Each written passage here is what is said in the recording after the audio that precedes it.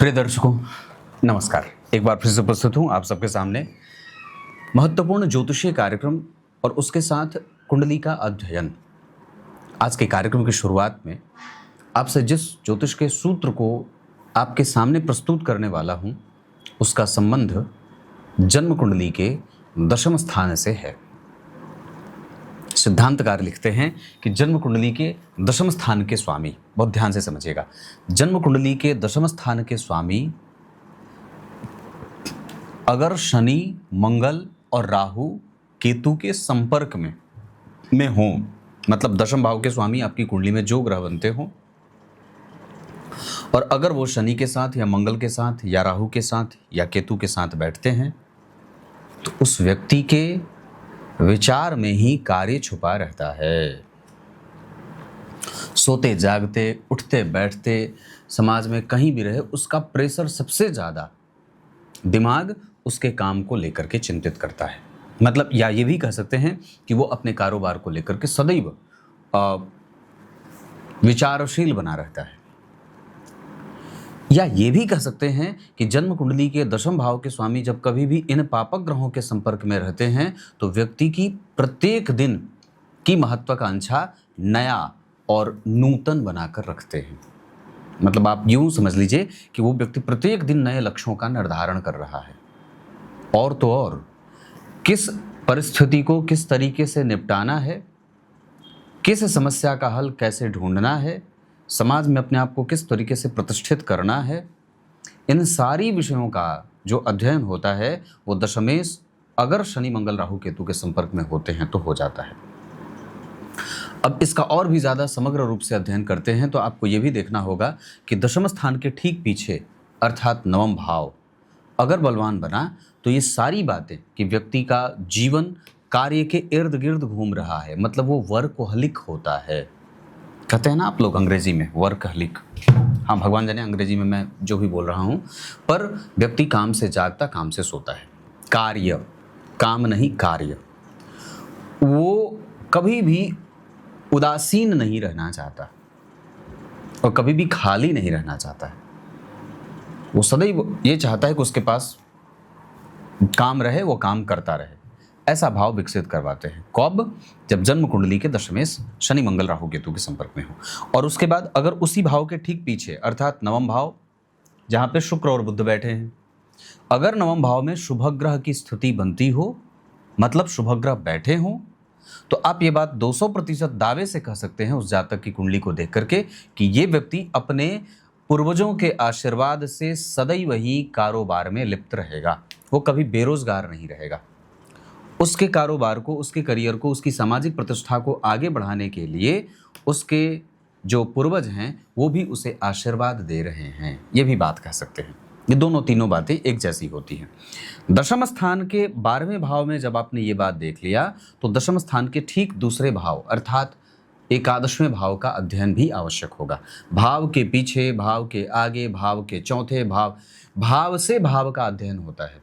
जब आप किसी भी एक भाव का फल कथन करने जा रहे हैं, तो आपको उस कुंडली के चौथे, उस भाव के चौथे, एकादशवें, द्वितीय, द्वादश, इन सभी भावों का भी विश्लेषण करना होगा। तब जाकर के आप कोई एक छोटा सा पतला सा सूत्र जो है वो उसके जीवन पे घटित होते देखेंगे, या ये कह सकते फिर आपको एक छोटा सा फलादेश मिलेगा।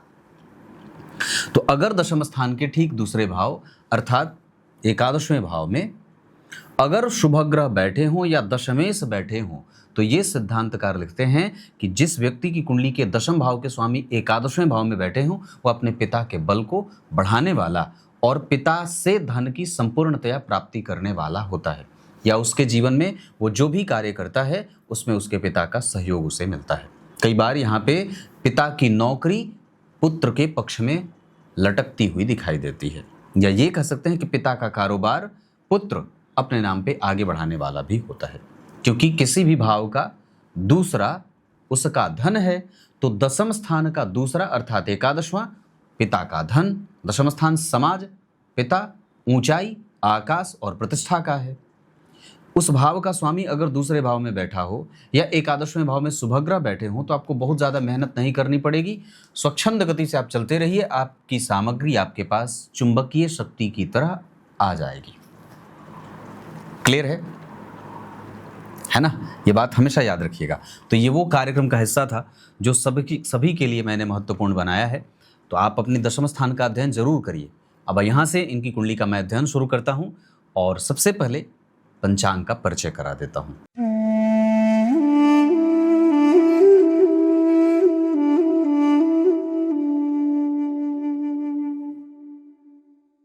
विचार करिए, जन्म कुंडली में जो पंचांग होता है वो विशेष महत्वपूर्ण इस वजह से भी होता है कि व्यक्ति की कुंडली का समग्र जो अध्ययन है वो पंचांग पर ही टिक जाता है। मतलब अगर एक पंचांग, मधुर पंचांग का निर्माण नहीं हुआ जन्म के समय पे, तिथि, वार, नक्षत्र, योग, करण, गण आदि, तो कह सकते हैं कि जो नक्षत्र और लग्न पे आधारित होता है, ये कह सकते हैं कि उस कुंडली का संपूर्ण फल कथन आप नहीं कर रहे। सीधे जो व्यक्ति सिर्फ कुंडली का अध्ययन करता है वो अधूरा जानकार है। इस वजह से जब कभी भी आप कुंडली देखें तो आपको बहुत सारा मार्ग ना कुंडली देखने से ज़्यादा आपको उसके पंचांग से समझ में आ जाता है। जैसे देखें तो यहाँ पे जन्म हुआ फाल्गुन माह में, और फाल्गुन माह में जो प्रभाव होता है वो थोड़ा आलस्य का होता है या कामोत्तेजक भावनाएं होती हैं। यहाँ व्यक्ति थोड़ा डिल डॉल में रहता है, मतलब बहुत ज़्यादा प्रेशर में अपने आप को नहीं रखता है ना। मस्त मगन कामोत्तेजक भावनाएं, तीव्र जो है वो उत्कंठा रहती है तृप्ति की, है ना। उसके बाद उत्तरायण में, फाल्गुन माह में सूर्य उत्तरायण होते हैं। इस वजह से यहाँ पे व्यक्ति की कुंडली में उत्तरायण में सूर्य भी बलवान है, गुरु भी बलवान हो जाते हैं, शुक्र भी बलवान हो जाते हैं, बुध भी बलवान हो जाते हैं। तो जितने भी शुभ ग्रह हैं वो आपके पक्ष में आकर खड़े हो गए चुपके से। उत्तरायण के सूर्य स्वतः बलवान हो जाते हैं और पापक ग्रहों का बल कम होता है। इस अवस्था में जातक का कंपटीशन थोड़ा सामान्य हो जाता है दक्षिणायन वालों के मुकाबले। अब ऐसा नहीं है कि दक्षिणायन वाले कंपटीशन में ही रहते हैं, पर हाँ निश्चित रूप से उत्तरायण वालों का बल स्वतः बढ़ा रहता है। वसंत ऋतु पे देवगुरु का प्रभाव होता है। उसके बाद सोमवार को जन्मे हैं, चंद्रमा ही वार के अधिपति हैं और लग्न के अधिपति भी हैं, उच्च के बैठे हैं केतु के साथ। तो व्यक्ति जो भी प्राप्त करेगा वो अनुभवों के साथ प्राप्त करेगा। किसी के ऊपर बहुत ज़्यादा अपने आप को किसी के ऊपर हावी नहीं करेगा, पर हाँ निस्संदेह एकादशवें भाव में लग्नेश बैठे हैं तो समस्त इच्छा की पूर्ति तो जरूर करवाते रहेंगे। ऊपर से सोमवार के अधिपति चंद्रमा, वार के अधिपति वारेस चंद्रमा है, उच्च के हैं, तो इच्छा की पूर्ति वैसे भी कराते रहेंगे। और मैंने तो ये बात भी कही है कि चाहे चंद्रमा पक्ष के बल से ही हीन क्यों ना हो, पर फिर भी एकादशवें भाव में बैठ करके वो खराब परिणाम नहीं करते। इस पे मैंने विस्तृत कार्यक्रम भी बनाया है अपने मेन चैनल पे। शुक्ल पक्ष की अष्टमी तिथि के चंद्रमा ये व्यक्ति के आय को कभी कभी घटना बढ़ना करा सकते हैं, मतलब उसकी आमदनी कभी उसे चिंतित करेगी, और इससे हमें घबराने की कोई आवश्यकता नहीं है।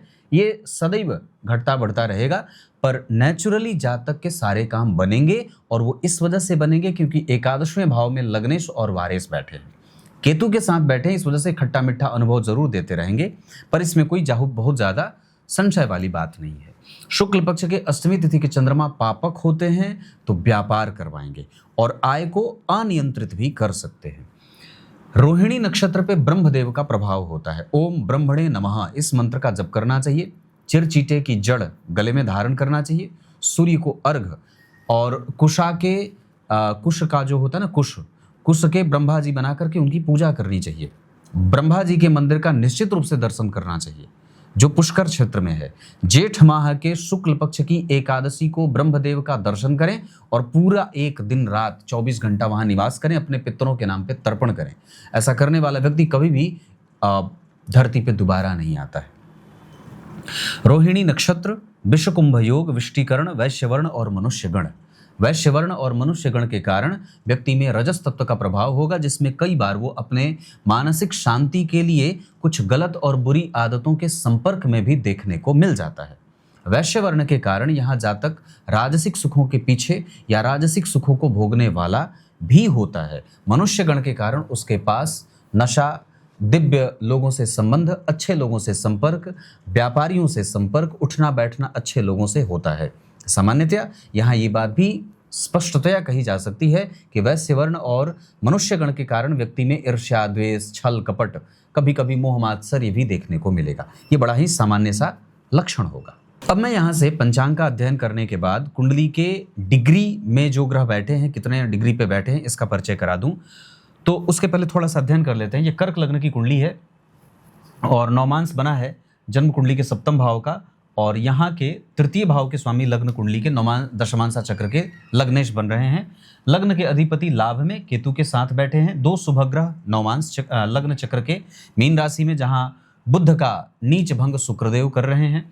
12वें भाव में मंगल जो इस कुंडली के लिए योग कारक होते हैं। सप्तम भाव में स्वग्रही शनि ससयोग लगा रहे हैं, लेकिन कमजोर होंगे क्योंकि सप्तम भाव पे गुरु का भी प्रभाव है। तो नीच दृष्टि से हालांकि गुरु यहाँ शुभ फलदायक होंगे और भाग्येश होकर के परिवर्तन कर रहे हैं बुध के साथ। तो दो तरीके से बुध का परिवर्तन या नीच भंग राजयोग हो जाएगा। एकादशवें भाव में लग्नेश का बैठना इच्छाओं की पूर्ति कराएंगे, जबकि पंचम भाव में जहां राहु बैठे हैं, केंद्र और त्रिकोण के राहु खराब नहीं होते, इनसे 5 घर आगे शुक्र और बुध राहु का बल बढ़ा रहे हैं। पंचमेश का 12वें भाव में जाना नीचाभिलाषी नवमांश चक्र में भी बहुत अच्छी स्थिति में नहीं बैठे हैं, इस वजह से व्यक्ति से गलत निर्णय करा सकते हैं। सामान्यतः गुरु का तीसरे भाव में जाना भाग्येश होकर के अपने भाव से 7वें घर में गया ग्रह फिर भी व्यक्ति को सुखी तो बना देता है। हालांकि वो त्रिक भाव है, दुह स्थान है, इस वजह से कभी कभी भाग्य में संघर्ष भी देखने को मिलेगा, पर उसकी क्षतिपूर्ति शुक्र और बुध करते देखे जा रहे हैं। अगर भाग्य भाव का अध्ययन यहाँ करते हैं तो इस भाव का बल जो गुरु हैं वो देख करके बढ़ा रहे हैं। इस भाव से संबंध गुरु का परिवर्तन का बन रहा है। इस भाव से 3 घर आगे केतु और चंद्रमा कहीं ना कहीं साहस बल की वृद्धि कर रहे हैं। नवमांश चक्र में शनि बैठे हैं उच्चाभिलाषी, जो होते हैं लग्न के अधिपति। लग्नेश का भाग्य में जाना बहुत ही शुभ परिणाम करने वाला, लग्नेश का लाभ में जाना शुभ परिणाम करने वाला एग्रेशन के साथ। लग्नेश का तृतीय भाव में जाना, पर वहां पे गुरु और मंगल पहले से विराजमान हैं, जो व्यक्ति की सुरक्षा करेंगे और साहसी नेचर देंगे। उच्च के चंद्रमा दशमांशा चक्र के भाग्य भाव में, दसम स्थान में शनि अनुशासन का योग, क्योंकि पंचमेश और षष्ठेश होकर के बैठे हैं।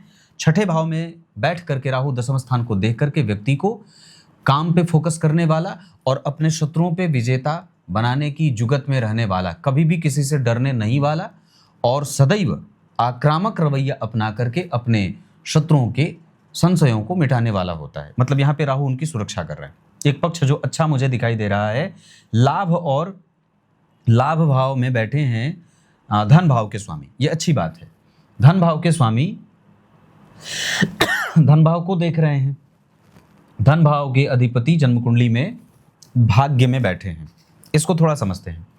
धन भाव के स्वामी का धन को देखना, धन योग होगा लेकिन थोड़ी बहुत समस्याओं के साथ। यहाँ कई बार आपको अपने ही बल पे सारी चीजें करनी पड़ती हैं। धन भाव के स्वामी भाग्य भाव में और भाग्य के स्वामी सप्तम में, मतलब यहाँ पे दाम्पत्य का सुख मिलेगा, पति पत्नी का सहयोग भी मिल जाता है। यहाँ पे धन भाव के स्वामी लाभ में। बेसिकली जो धन भाव के स्वामी यहाँ जो धन को देख रहे हैं और यहाँ जो धन भाव के स्वामी हैं जो भाग्य में बैठे हैं, यहाँ जो धन भाव के स्वामी हैं वो लाभ में बैठे हैं। लग्न का संबंध पहले ही लाभ में है, लग्न का संबंध पराक्रम में है, लग्न का संबंध जन्म कुंडली के भाग्य में है। मतलब व्यक्ति भाग्यशाली भी है और उसका धन योग उसकी कुंडली को बलवान भी बना रहा है।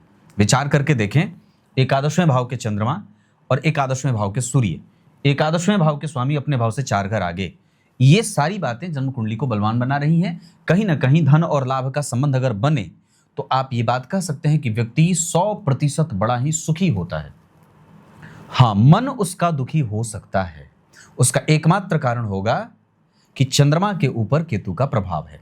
अगर वो नहीं होता तो व्यक्ति भूत प्रेत पिशाच नजर वगैरह और कई बार शत्रुओं से बहुत छोटी सी जहां पे परेशानी है उससे बहुत ज्यादा बढ़ा चढ़ाकर बहुत छोटी सी परेशानी में भी अपने आप को चिंतित कर लेना, है ना, ये सब चंद्रमा के साथ केतु के संपर्क में होने के कारण ऐसा हो सकता है। मतलब अगर हम आडंबर से जूझ रहे हैं, छोटी सी परेशानी को भी बड़ा समझ रहे हैं या मान रहे हैं, तो उसके पीछे का कारण है चंद्रमा का केतु के साथ संपर्क। पर वस्तुतः बाय नेचर ये कुंडली लाभ और धन के सुखों को प्राप्त करने वाली बन रही है। मैंने ये सामान्यतः छोटा विश्लेषण किया है। अब आपका ध्यान डिग्री पे लेके आता हूं। तो कर्क लग्न की कुंडली के लिए धन भाव के स्वामी होते हैं सूर्य। धन भाव में स्थिर राशि का बनना धन की स्थिरता को दर्शाता है और जन्म कुंडली के केंद्र में अर्थात लग्न, चतुर्थ, सप्तम और दशम में चर प्रकृति की राशि का बनना घुमा फिराकर धन देता है। दूध से, दही से, लस्सी से, डेयरी प्रोडक्ट से, है ना, और ये काम भी शायद वही करते हैं। तो ऐसे क्षेत्रों से व्यक्ति को धन कमाना वाजिब है और वो सही काम कर रहा है। उसके बाद व्यक्ति जो है वो कुछ केमिकल से संबंधित क्षेत्रों से भी धन कमा सकता है। और 100% इस कुंडली में दूध का काम बहुत उत्तम और अच्छा परिणाम देने वाला बनेगा। चंद्रमा से पहले अगर लग्न की बात करते हैं तो लग्न 20 अंश का बना है, जो प्रबुद्ध है और बहुत ही उत्तम है, जहां व्यक्ति की स्वास्थ्य और दिनचर्या के साथ आयु को मजबूत बनाएंगे। इस कुंडली में शुक्र के ऊपर राहु का प्रभाव है और शनि का भी प्रभाव है। तो शुक्र जब कभी भी राहु और शनि से प्रभावित होते हैं तो व्यक्ति बहुत ज्यादा चिंता से ग्रसित रहना नहीं चाहता या वो झेल नहीं पाता है। इस समस्या से निजात पाने के लिए वो कई बार गलत और बुरी आदतों में भी फंसते और उलझते हुए देखा जा सकता है। लेकिन ऐसा करने से व्यक्ति श्रीहीन होता जाता है। अगर धनवान बने रहना है तो निश्चित रूप से बुरी आदतों का त्याग करना ही होगा। देवी मैया की पूजा करें, उनसे प्रार्थना करें, शिव जी की पूजा करें और गणेश जी की आराधना करें। ऐसा करने से व्यक्ति अच्छी आदतों का आदी होता जाएगा और बुरी आदतें, बुरी कंपनी से बचें। क्योंकि एक बात मैं बता दूं, 12वां भाव जो होता है वो संगति का होता है। किसका होता है? संगति का। आपकी संगति कैसी है, उठना बैठना कैसे लोगों के साथ है। तो कई बार वो बहुत अच्छे लोग हैं पर पीठ पीछे आपकी बुराई भी करेंगे और आपका धन भी खाएंगे और आपके ही पैसे से आपको नशे में डालेंगे। गलत व्यक्ति के साथ उठना बैठना, गलत व्यक्ति की पहचान नहीं कर पाना या वक्त पे अपने आप को संभाल ना पाना, ये सारी बातें जन्म कुंडली के मंगल नीचाभिलाषी होकर कर रहे हैं। इसका अर्थ होगा कि हमें मित्र और हमारा व्यय असंतुलित हो सकते हैं। हमारे मित्रों से हमें नुकसान हो सकता है, हमारा व्यय हमें ऋण में लेके जा सकता है। इस कारण से हमें यहाँ पे सावधान रखना होगा अपने आप को। वास्तु की पूजा, घर की साफ सफाई, घर से बाहर निकलते समय घी का दीपक, बजरंग बली की समुचित तरीके से आराधना, सुंदरकांड का पाठ, ये सारी बातें आपको बहुत ही ज़्यादा धर्म की तरफ उन्मुख करेंगी। और जैसे ही आपके जीवन में धर्म आता है, आप समस्त प्रकार के दोषों से मुक्त होते जाते हैं। आयु इस कुंडली में अच्छी है। विचार करिए, जन्म कुंडली में गुरु और सूर्य का कोई प्रत्यक्ष संबंध नहीं है। मतलब क्या है? गुरु और सूर्य दोनों एक दूसरे से 6ठे 8वें बैठे हैं। नवमांश चक्र में भी गुरु और सूर्य का कोई संबंध प्रत्यक्ष नहीं बन रहा। दशमांशा चक्र में भी अगर देखते हैं तो गुरु की दृष्टि सूर्य पे जा रही है। मतलब काम को लेकर के तो फोकस दे रहे हैं, पर व्यक्तित्व को लेकर के और दाम्पत्य में आने के बाद भी व्यक्ति की बुरी आदतें बनी हैं, या ये कह सकते हैं कि उसका नैतिक तत्व कमजोर हो रहा है। गुरु और सूर्य जब जन्म कुंडली में एक दूसरे से बहुत अच्छे संबंध में नहीं होते हैं तो कई बार वो जातक को गड़बड़ सड़बड़ करने वाला भी बना देते हैं। ये बात है, हमें यहाँ इसका ध्यान रखना होगा। डिग्री की बात कर रहा था। सूर्य 17 अंश पे हैं, वो व्यक्ति की चिंताओं को बढ़ाएंगे लेकिन अंततोगत्वा उसकी सफलता के पैमाने भी सिद्ध करेंगे।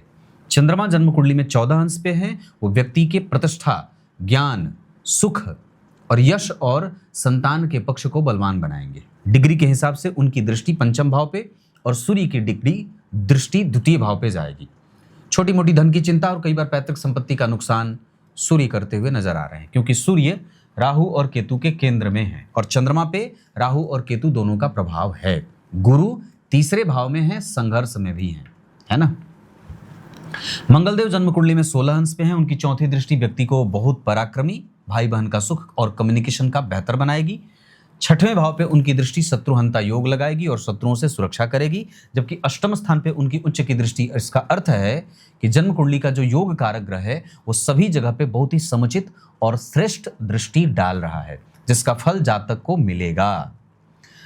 बुध देव जन्म कुंडली में 0 अंश पे है, उनकी डिग्री कम है, इस वजह से उनकी दृष्टि भी कम होगी और वो सामान्यतः आपको धर्म और भाग्य का सुख सामान्यतः देते रहेंगे।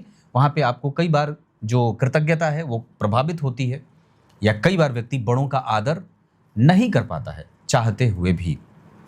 बुध जो होते हैं ना, वो व्यक्ति के इंटेलिजेंस को प्रभावित करते हैं, या ये भी कह सकते हैं कि व्यक्ति को सही और गलत में पहचान नहीं देने देते। ये बड़ा गड़बड़ हो जाता है। उसके बाद देवगुरु बृहस्पति की दृष्टि 5वें भाव पे, मतलब 5वीं दृष्टि 7वें भाव पे, दाम्पत्य की सुरक्षा। 7वीं दृष्टि 9वें भाव पे, भाग्य की सुरक्षा, धर्म की सुरक्षा। और 9वीं दृष्टि चंद्रमा पे, लग्नेश पे। इस वजह से व्यक्ति के व्यक्तित्व को समुचित और गंभीर बनाने वाली हो जाएगी। शनिदेव की दृष्टि जन्म कुंडली में नहीं होगी। बहुत अच्छी बात है कि मार्केश हैं और वो कहीं नहीं देख रहे हैं, 29 अंश पे होंगे, आत्मकारक होंगे। लेकिन विचार करिए तो जन्म कुंडली में यहाँ मकर राशि में बैठे हैं और यहाँ वो कन्या राशि में जा रहे हैं, तो भाग्य और धर्म में रुचि शनिदेव के कारण भी मिलता रहेगा या होती रहेगी। तो शनिदेव की दृष्टि का बल भले नहीं है, लेकिन हाँ सामान्यतः वो अपनी सुरक्षा जरूर कर रहे हैं। गुरु से दृष्ट होने के कारण उनके ऊपर शुभ प्रभाव की वृद्धि जरूर होती रहेगी। मंगल की दृष्टि के कारण गुरु का प्रभाव और जन्म कुंडली के सप्तम भाव पे जो शनि का प्रभाव है, वो व्यक्ति के व्यापार को गति देने में सहयोगी होगा। हालांकि सामान्यतः यहाँ पे देर से ही सही, पर व्यक्ति को उसका परिणाम जरूर मिल जाएगा। मंगल जब जन्म कुंडली में कमजोर होते हैं तो व्यक्ति को उद्वेगी बना देते हैं और गलत निर्णय लेने में व्यक्ति प्रायः जल्दबाजी करता हुआ देखा जाता है, या कैसा भी निर्णय लेते समय उसको जल्दबाजी में देखा जाता है।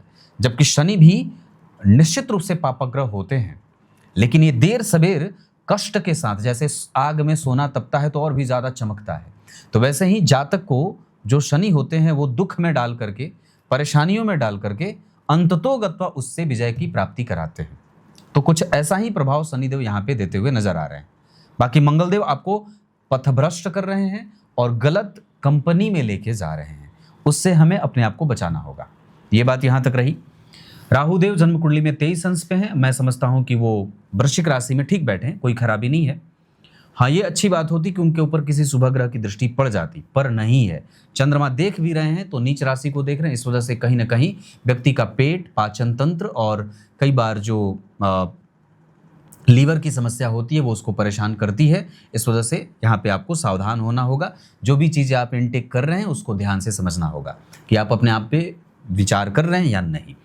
नवमांश चक्र में शनि का प्रभाव भाग्यशाली बना रहा है। बुध का प्रभाव व्यापारी और थोड़ी बहुत चिंताएं देने वाला बना रहा है। केतु भविष्य को पहचानने की शक्ति और पत्नी की बातों को स्वीकार करने वाला बना रहा है। गुरुदेव की दृष्टि जन्म कुंडली में या गुरु का प्रभाव बहुत ही सॉफ्टली बिहेवियर रखने वाला और व्यापार की सुरक्षा का दृष्टिकोण देने वाला ऐसा बना रहे हैं। चंद्रमा संपूर्णतया व्यक्ति को व्यापारी बना रहे हैं और कभी कभी अपने निर्णयों पर पश्चाताप में ले जाने वाला बना रहे हैं। उसके बाद सूर्य जो बैठे हैं वो जन्म कुंडली में व्यक्ति को मेहनत कराते हुए नजर आ रहे हैं, लग्न कुंडली में भी और नवमांश चक्र में भी। मतलब हमें अपने आप को मजबूत बनाना होगा, नैतिकीय तत्वों से अपने आप को जिम्मेदार और मजबूत ऐसा भाव रखना होगा, चरित्रहीन नहीं होना होगा, गलत संगति से बचना होगा। नेत्र में कमजोरी, बाईं नेत्र की परेशानी, हार्मोन की गड़बड़ी और गले के खराश, गले में इन्फेक्शन, इस तरीके की समस्या पत्नी को भी देखने को मिल रहा है। अगर वो उनमें नहीं है तो फिर आपको अपने आप को बचाना होगा, ठंडी चीज़ों से बचाना होगा और इस तरीके का ध्यान रखना होगा। तो ये लग्न के बाद नवमांसा। दशमांसा चक्र की अगर बात करते हैं तो लग्न इसका तीसरे भाव में जाना, पराक्रम करना होगा और आप पराक्रमी हैं, मतलब आप आसानी से हार मानने वालों में से नहीं हैं। धन भाव के स्वामी का लाभ में बैठना, जन्म कुंडली के 12वें के साथ धन बचाने में दिक्कत होगी, मशक्कत करनी पड़ेगी और लाभ भी निश्चित रूप से व्यक्ति को प्राप्त होगा। अब मैं यहाँ से आपका ध्यान आपकी कुंडली के ग्रहों का नक्षत्रों से करा देता हूं।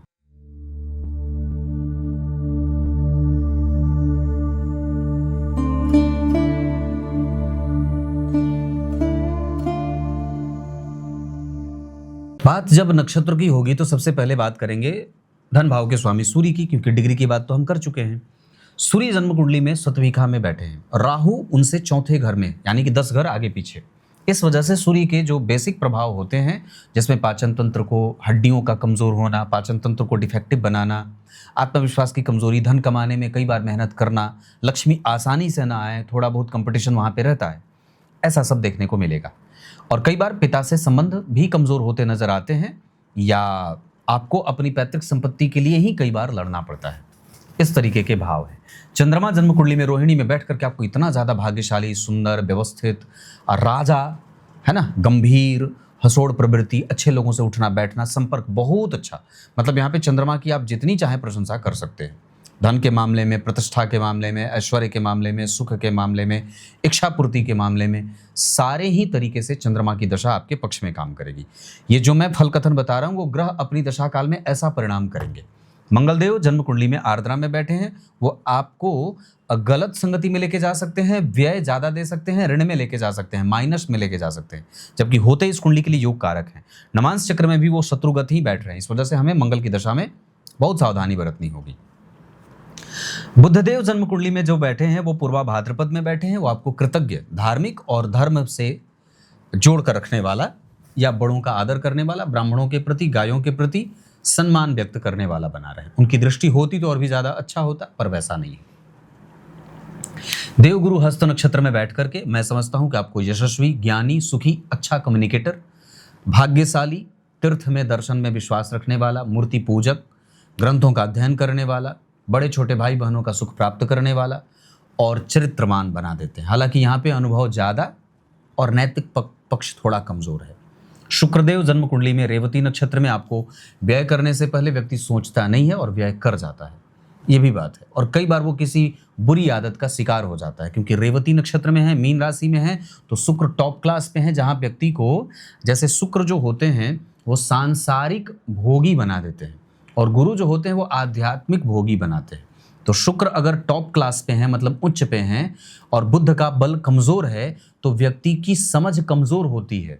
वो इस बात को समझ नहीं पाता है कि वो जो कर रहा है वो उसके लिए कितना अच्छा है और कितना बुरा है। वो बार बार वही चीज करता रहता है कि नहीं, मैं कल से ये नहीं करूंगा, या ये गलती आखिरी बार है, कल नहीं करूंगा, आज कर लेता हूं, आज ये सुख भोग लेता हूं, कल से बिल्कुल ही नियमबद्ध हो जाऊंगा। ये बार बार जो गलती होती है वो शुक्र के कारण होती है। तो शुक्र के उच्च होने के कारण संसार को भोगने की लिप्सा जागृत होती है, और बुध के कमजोर होने के कारण व्यक्ति की समझदारी कम होती है। गुरु पहले ही संघर्ष में है, नैतिक तत्व पहले ही सूर्य के कारण कमजोर हो रहा है। ये सब बातें हैं।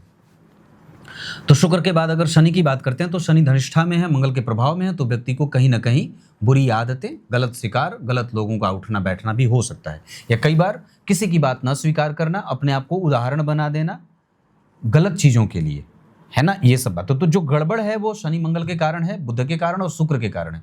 जो अच्छा है वो गुरु के कारण, चंद्रमा के कारण और राहु के कारण है। इतनी सारी बातें। तो ये नक्षत्र की बात मैंने कर दी।